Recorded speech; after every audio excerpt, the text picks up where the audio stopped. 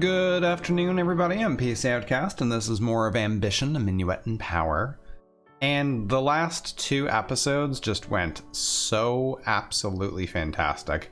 And last episode in particular, I mean, look at this. We have maxed credibility. We have 0 peril.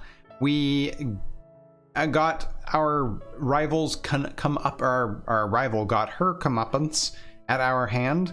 We got crown gossip. Unfortunately, it's cheap church gossip, shocking crown gossip. The credibility, we made 104 livres, and peril is down. Favor with Elizabeth is up. Unfortunately, we lost a little bit of favor with Ludovico, but that is okay. Yeah, we actually made some money and things. Now, I'm really curious what's going to happen now. Like,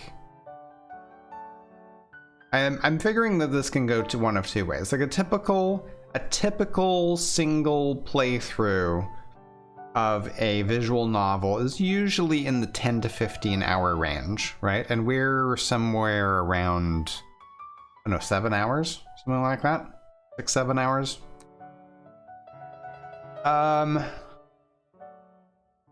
So like, you know, either we're coming towards the end, like we have the option of maybe trying to get together with somebody and probably find out what happened to Armand, maybe.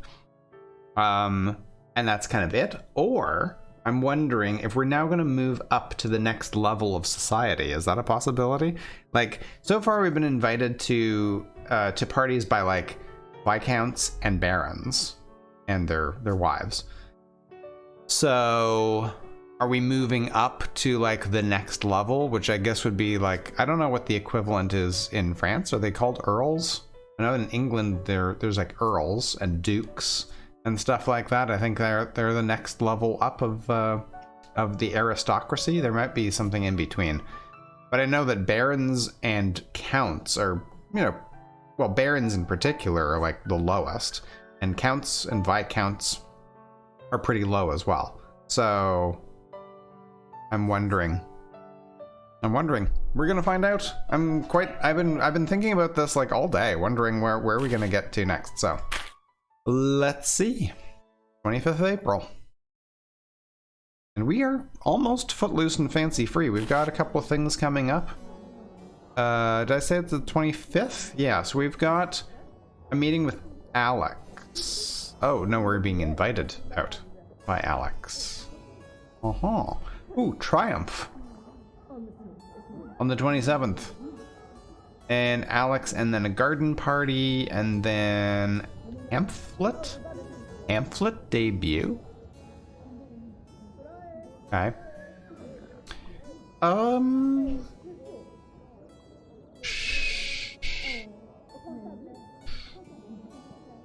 We're gonna be a bit tired to meet with Alex, but yeah, sure.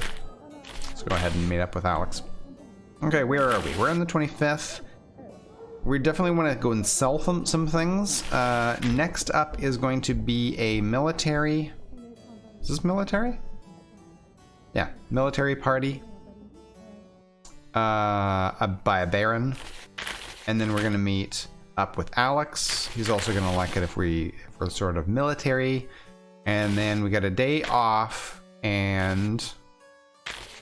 Oh, you can schedule rendezvous in here if you pick that. I got that. Okay. And then we got a Baroness for a crown gossip party. And then right after that, man, we're gonna get exhausted. We definitely need to rest here. So let's go ahead. We also have to sell pay things here. Let's go and we can do benedictions. We can also do stranger and stranger. You spent the day at home investigating the mysterious notice and key that you recovered from the abandoned studio. Hopefully the risks you took to break in there are worth it. Okay. We're not going to do that right now. I can't really do any of these. I really do need to sell off stuff. Enter Pierre's office to find it more disorderly than usual, with Pierre pacing frantically in the midst of all the chaos. He looks up at you and exclaims, "Ah, madame! Thank God you've arrived." I have been keenly checking the winds of public opinion, and my finely honed journalistic senses tell me that our readership desperately cries out for stories concerning the bourgeoisie. However, I am at a loss for such information. If you get me fresh gossip relevant to that faction in the next 11 days, then I will reward you with a moderate reduction in peril, which we don't actually need right now, in addition to your regular finder's fee. Do you feel up to these tasks? Sure, we can give that a try. Ah, fantastique, madame. I just knew you were the perfect woman for the job. He replies with an excited grin. I already await your success with bated breath. Now then, to business he is. How come he's still struggling so much? We've been giving him some good quality gossip, man. I don't know. Okay. What do we get for this? Really, it's only twice as much. We can increase or decrease the power of the crown by a medium amount. So we could go ahead and sell both of these and then move the thing, and we'll end up with the same amount as if we just sell this. We can increase or decrease the power by a small amount on those.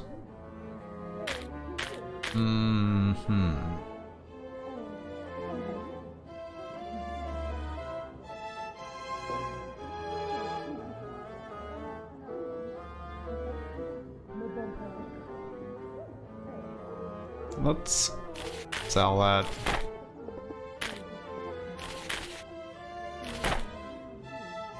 And peddle this one.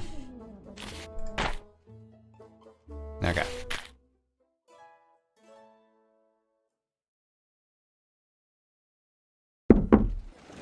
You look up the sound of Camille knocking on your door frame. Good morning, madame.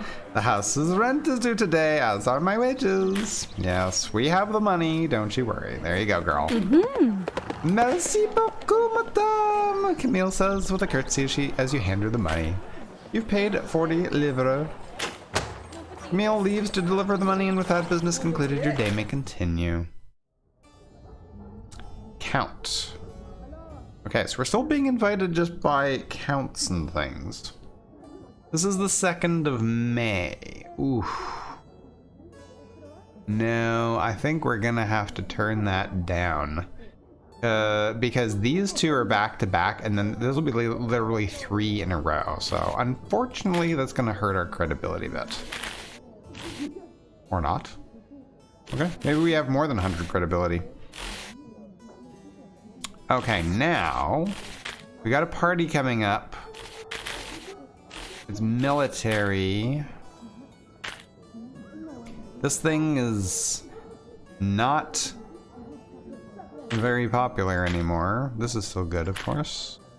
There's also that. I might use that one for the party and this one for meeting with Alex, I think.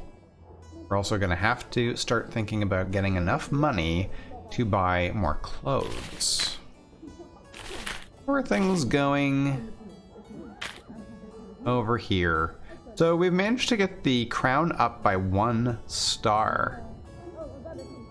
But the revolution is also 1 star. Yeah, okay.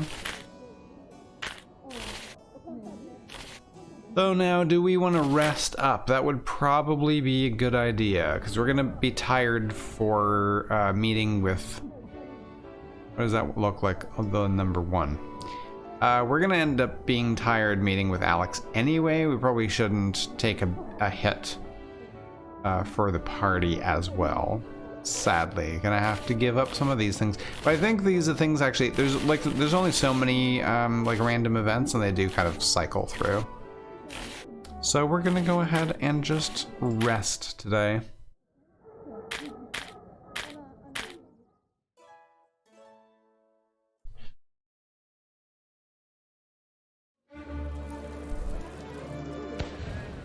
A week ago, a wallpaper manufacturer named Jean-Baptiste Revellion made a speech demanding bread prices to be lowered to something workers could afford. However, the speech was misinterpreted as a plan to control the wages of workers. How? Oh, I see. So he's trying to say, like, I don't want to pay them anymore, so reduce the price of bread. Last night, a protest at his factory resolved peacefully. Today, however, was different. Yesterday's crowds returned today. They were fewer in number, but greater in anger. However, the watchmen of the Gut Royal were tipped off by a former participant from yesterday's protests. Aware of the new crowd's violent intent, they wasted no time in cracking down on individual groups before they could coalesce into a single mass. A mob of angry citizens grows in power and bravery with every additional person. Once large enough, it can become as powerful as a tidal wave. Small groups, however, can be brushed aside as easily as the rain. The factories were left unharmed. Bourgeoisie power gained a decent amount. The organizers of the protest, men and women, were rounded up and will stand trial in the next few days for sedition and conspiring against the crown. If found guilty, they could be hanged. Several aristocrats and generals have expressed concern for the possibility of future violence and suggested using the soldier of the Gardes Françaises to help maintain order. The king has forbidden this, expressing full confidence in the Gut Royal's ability to patrol the streets of of Paris. I assume this is like the royal police, and this is the actual, what would this be like? The, like, local, or, what's it called? The army that protects the country rather than like going out and fighting other countries. I can't even, it's just completely flipping my mind right now. Military power down. Even more praising the king for his even-handed judgment, saying that the presence of soldiers on the streets would only increase tensions. Violence has been contained for now. I think we actually missed something there. I wonder if my mouse is starting to do like double clicks and stuff. Maybe I'll just use enter from now on. You wake up from a fitful sleep but spend around an hour rolling around in bed instead of actually getting up. Given how dangerous the situation outside has become, you haven't left the house in several days. It's been one day. Oh, can I not? Really? I can't? Oh, there we go. Your mind keeps coming back to the larger events of the last week. How a mob of peasants simply overran the holdings of one of the wealthiest and most powerful men in France. There was nothing special about those people, and yet they so easily defied the laws of His Majesty the King. It brings to mind the idea that what we call power is a partnered dance between the ruler and the ruled. To those watching the dance, it feels like the small pushes and pulls of the ruler represent absolute control, but that's only because both partners know their role so well. That's the power of good theater. It can make imaginary things seem more true than reality. However, the truth is that a single misstep by either party could cause the entire dance to break down. A single misstep can cause the ruled to remember that they aren't actually powerless at all. As the people remember how much power they truly possess, Paris will become more and more dangerous. Your actions may now have more powerful consequences for good or ill. Okay, now we're talking. The world has become less forgiving. The next stages of certain romance stories are now unlocked. Okay, so we're not rounding off, we are going to a new level. Cool. You're roused from these thoughts by the sound of Camille knocking on your door. Madame, I just got this letter for you. She announces as she enters your chambers, holding up the message in question. Earlier this morning, I saw a man leave it on our doorstep, but he disappeared before I could get a good look at him. Camille apologizes with a shrug. take the unsealed letter from her and open it. Immediately note that while their handwriting is both careful and curiously precise, you don't recognize it at all. Madame Decaux, you don't know me, but I follow La Trompette du People with interest, and I know that you're connected to some of its finest stories. However, I also have reason to believe that I would be quite useful, to some of your more clandestine interests. I'll be waiting at La Paris Royale if you would like to discuss this further. Okay. Why does La Place Royale sound familiar? You shuffle through your papers until you locate it on your map. Someone once told you that it was a good place to troll for gossip. Signed, a skilled master of letters. Well, this is certainly unconventional, but you wanted to meet this man. If you wanted to meet him at La Place Royale, you could do that today. Could I really? Oh, wait. What happened to the other? Oh, did I really not? I skipped all of those. So we really did skip several days. Ah. Okay then. Still being invited by a baron. Anyway, that is on the 13th of May, so sure. We'll take that.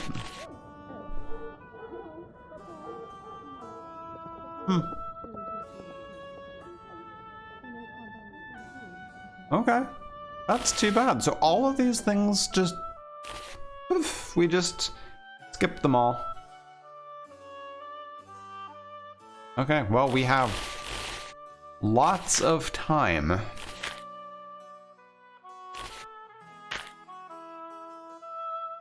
don't suppose these things have improved in their novelty now. Alright, well, we could...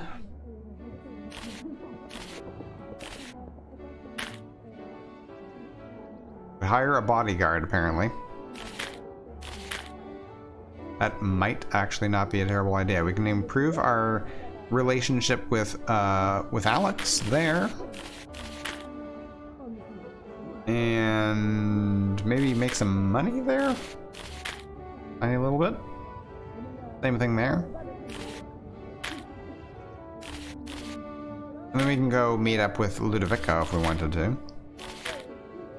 This is something we should maybe see about. Is that we could lose up to 100 livres? That would be bad. But we're gonna have to explore this anyway. At home, it takes all day for you to finally work up the nerve to do this. Just as the sun sets, you finally pull the note and key from under your stays. The paper is covered with in unfamiliar handwriting written in rich emerald ink. Wow. Cher Armand, I will always appreciate your commitment to our cause, and I know France will be better for it. However, our chance of being caught grows with every passing day. I will not waste ink painting terrible pictures of the consequences, as you are already familiar with them. If fortune turns against us, then I want you to flee Paris entirely and head to the border. If you show them my ring, then my society's sponsors will protect you. I know you've objected to this idea before, but it's the only way for you to stay safe. To aid in this, I've secreted a package under the loose floorboards and beneath your stove. This key will open it. Your partner in conspiracy, Joanna. Do you really think it's a good idea to sign a letter as your partner in conspiracy? Yeah. You turn over the letter to find no additional writing, no additional context or explanation. Who is Joanna? How long has Armand known her for? Is she one of the people he'd been writing back home? Heading downstairs, you walk into the kitchen. It's clean but cramped, and Camille keeps it well stocked with fresh produce. You find the stove, made of dark iron and standing on a set of clawed feet. Alone on your hands and knees, you feel around until you find a set of loose floorboards. You pull up the floorboards and fish around in the dark until you find a small wooden box held shut by a padlock. You open it with a key you found behind the painting. Inside the box, you find a magnetic compass, a map of Paris with notes concerning when the guards change at every one of the city gates, a signet ring, and a leather bag heavy with coins. The notes on the map will make it much easier to traverse the city without being noticed by the Garde Royale or by anyone else. Useful. You've lost quite a bit of peril. Too bad I didn't have any to lose. You look inside the bag. That's a lot of coins. Oh yeah. You look up from your sudden windfall to see Camille standing in the doorway to the kitchen. Her eyes are darting between you and the box in confusion. I was just about to start making dinner, Camille says, pointing awkwardly at the stove.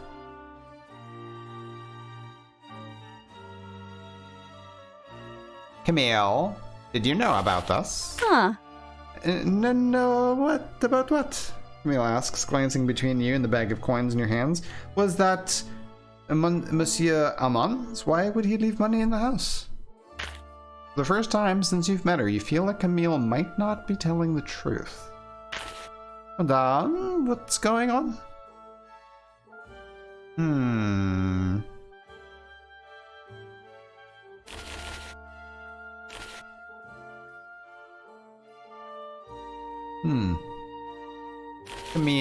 Camille, talk. Why did Armand actually leave this house? Huh. Why did he leave? She asks nervously. Huh. A few weeks ago, when Monsieur Armand still lived here, some men came here in the middle of the night. I don't know why, but they tried to hurt him. Camille says, her voice low and afraid. I was in the cellar getting wine, so I hid down there in the dark until the screaming stopped. Monsieur Armand managed to fight them off, but he was hurt and thought that these men would come back for him. So packed his things, wrote the note for you, and left. He thought that if he wasn't here, they'd keep chasing after him, and you'd be safe. I was supposed to tell you what happened, but the house is just so big and empty. By the time you arrived, I was so lonely. I was afraid that if you knew the whole story, then you'd leave and I'd be alone again. I'm so sorry, madame.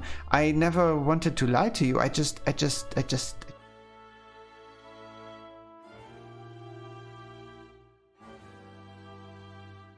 Are there any other valuable secrets you care to divulge, like right now?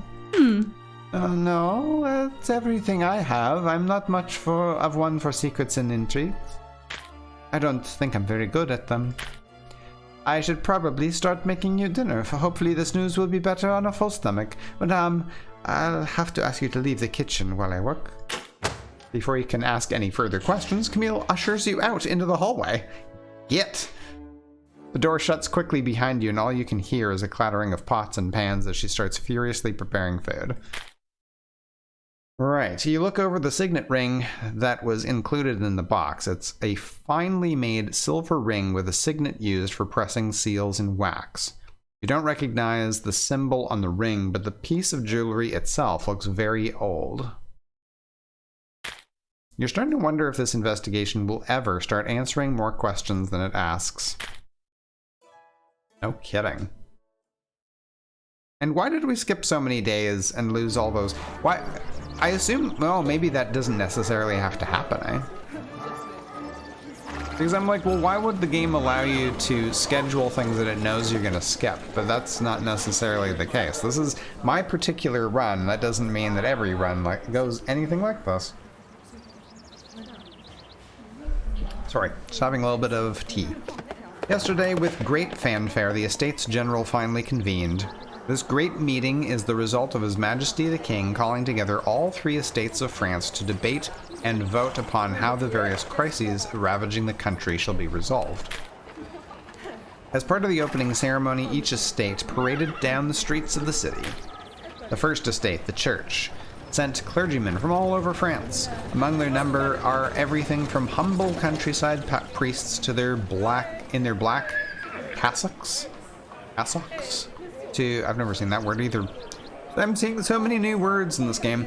2 resplendent bishops and cardinals bedecked in crimson and gold.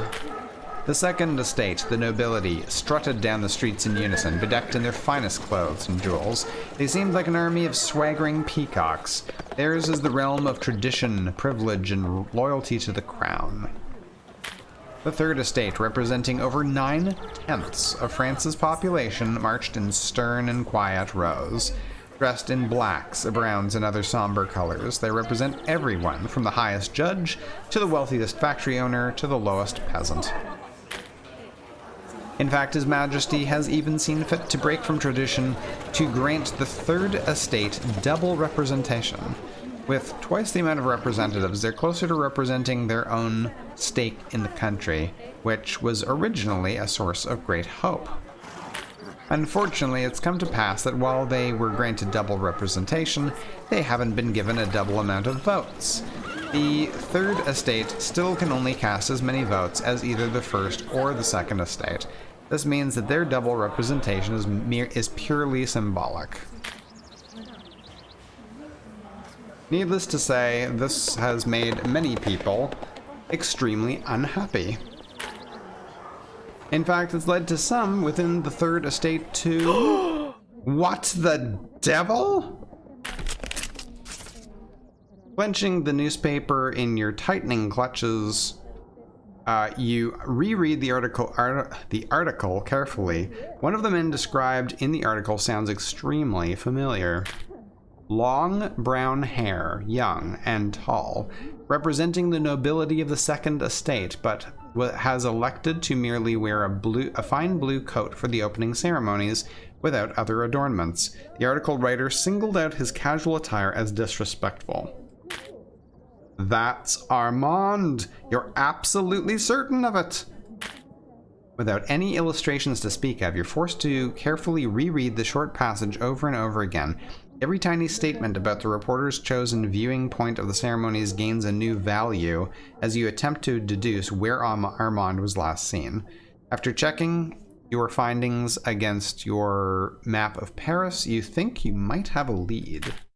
Researching Armand is now available on the map. In fact, you might be able to search for him today. Okay. Well, that's interesting. Researching Armand. And we're rolling in cash now, man. Okay, there's that again. There's that. Ludovico.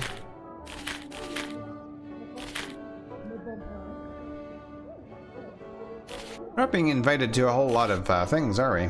Like, we have one coming up like next week, but this is for the crown again. How is our wardrobe going? This one's still okay. Ish.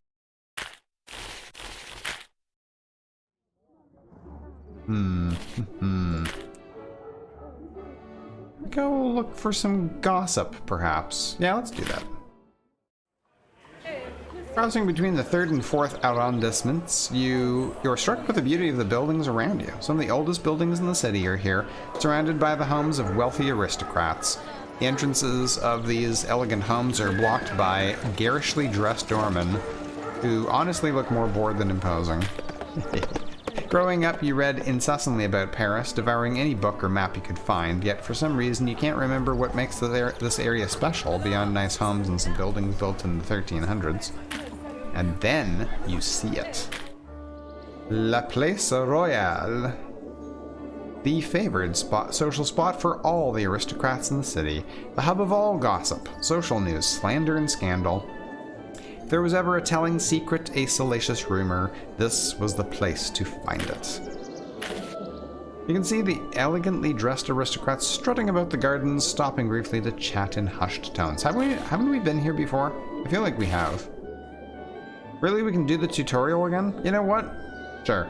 I think I should observe a little first. Stepping back underneath a shady awning, you take some time to really take it all in. Everyone here is either well-dressed, or dressed so casually that it only draws attention to how powerful they must be. After all, only the truly powerful can afford to downplay their importance.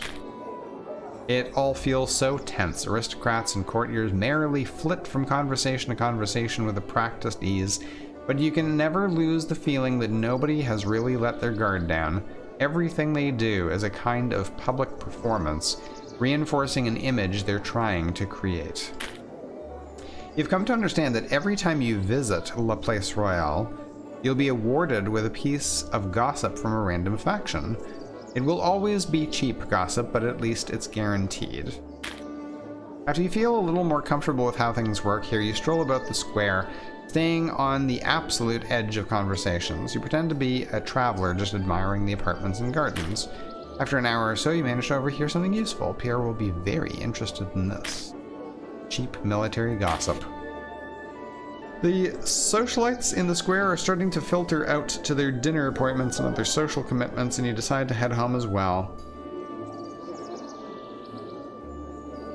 This place.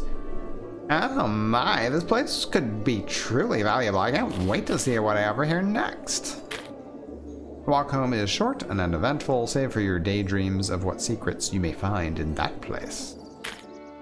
Okay, that was easy.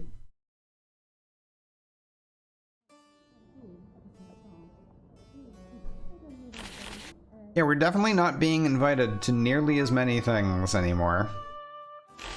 That's interesting. Anyway, we have a little bit of gossip, military gossip. We could improve them or sell that, make a little bit of money. Definitely think we should look into getting another outfit. This is the maid. That's the bodyguard, potentially. Rumor mongers.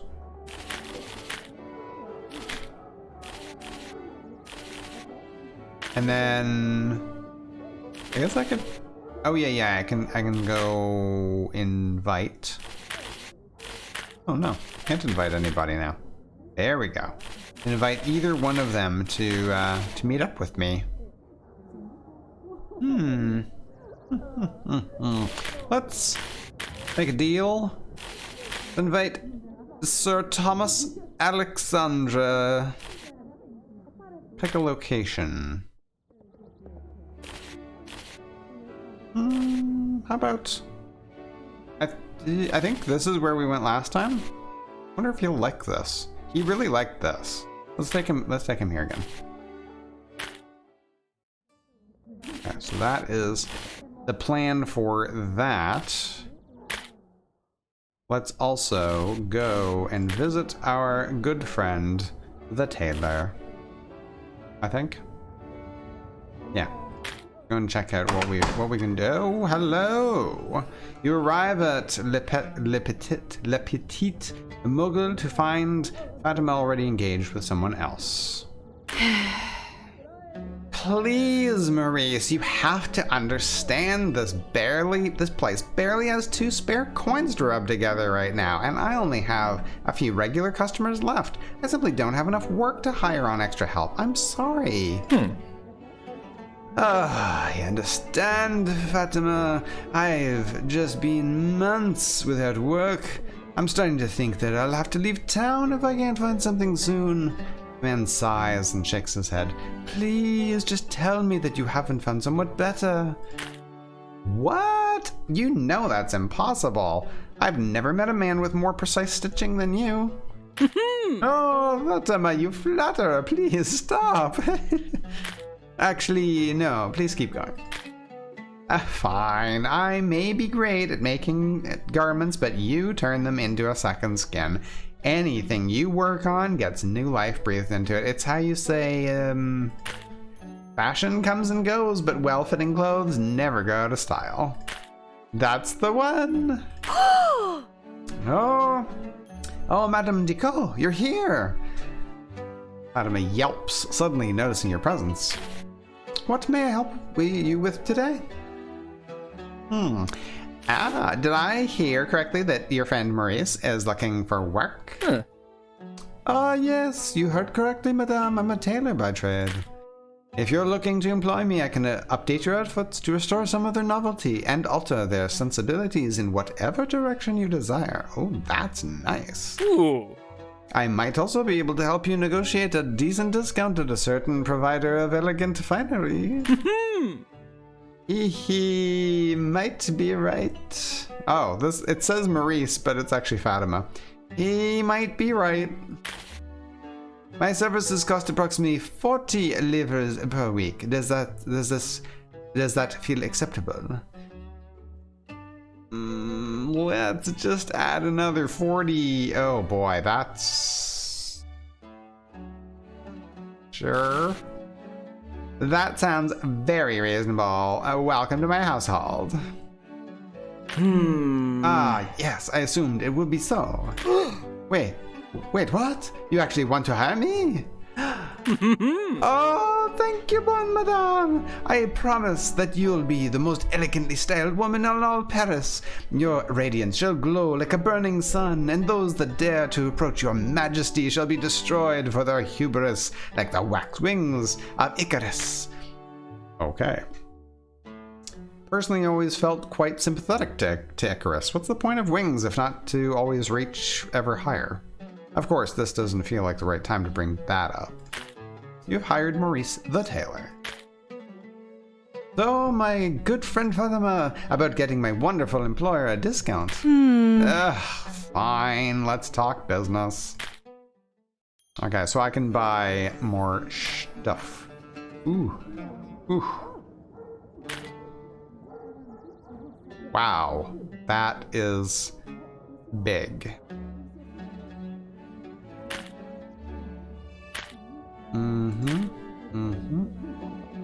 We already have one of those. We have one of those, but it's getting pretty beat up at this stage. Yeah, these are pricey. No, we're not going to spend any money. We're actually going to buy one. We're going to use him to update some of our existing stuff. I think that's probably for the best. Now, how do I go about doing that is the question. Wardrobe. No. I want him to, I'd like him to update that one, I think. Maybe. But how do I go about doing that?